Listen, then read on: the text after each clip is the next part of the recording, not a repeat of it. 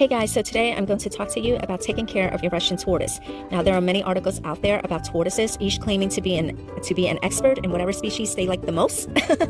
Now I'm not a professional expert, and when I say that, what I mean is I am not a zoologist, I'm not a herpetologist, and I'm not a veterinarian. And those are the only people that I consider as professional expert advice. But I am an enthusiast and a hobbyist of Russian tortoises, and I am also a breeder.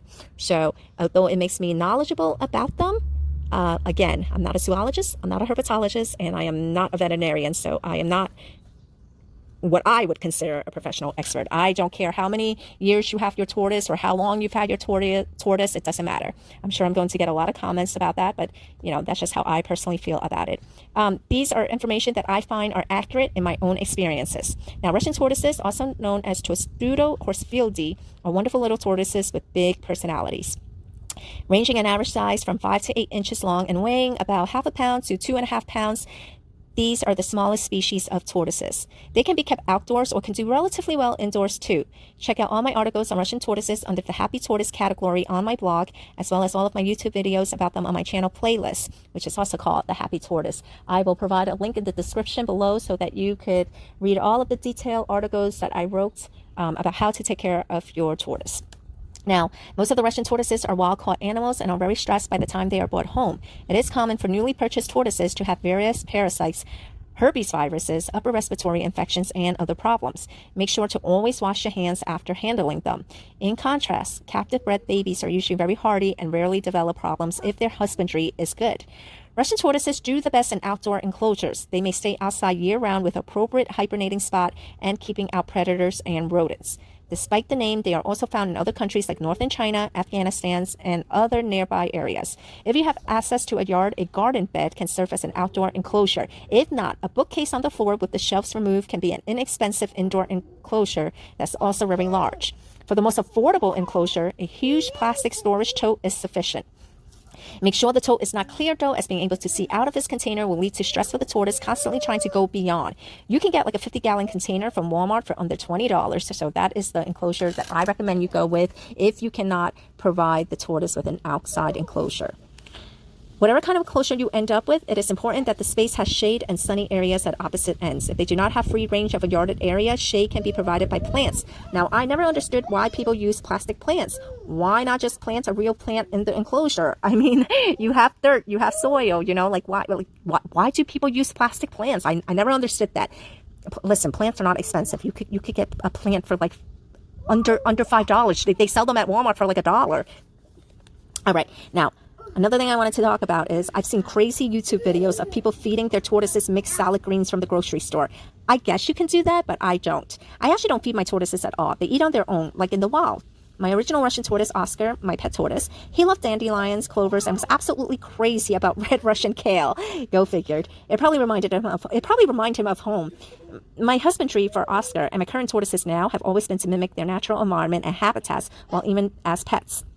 So as a general rule, a male Russian tortoise will not tolerate another male in the same enclosure. It may also harass a female, so many breeders end up only keeping the male with the female for brief periods of time during the breeding season.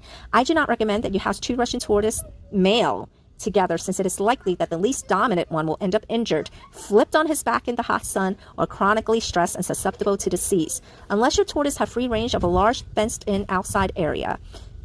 Now, females are typically tolerant of each other, but some can become bullies and cause the subordinate female to hide a lot and become sick from stress. If you try to keep herds of Russian tortoises, provide plenty of hiding space and lots of plants so that they can easily hide from each other.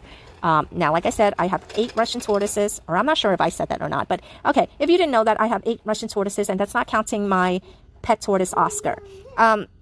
Now, they are all outside tortoises, and they're all in my yard. So if you keep them outside, then yes, you could have like a herd of tortoises. You could have 8 tortoises. If they have an enclosure, like a yard, like a fenced-in yard, then that is enough space. But if you're going to keep them inside, I'm sorry, but you're not going to have something big enough to keep more than one. And I don't recommend you keeping more than one, okay? A larger enclosure provides more variety in terrain for the tortoise to explore, sculpt the landscape, so there are plenty of visual barriers that allow the tortoises to stay out of each other's sight if they desire. The downside to free range of the yard is you have to be diligent with keeping the gates closed at all time, which is how I lost my beloved Oscar, but I don't want to get into that because it makes me really upset.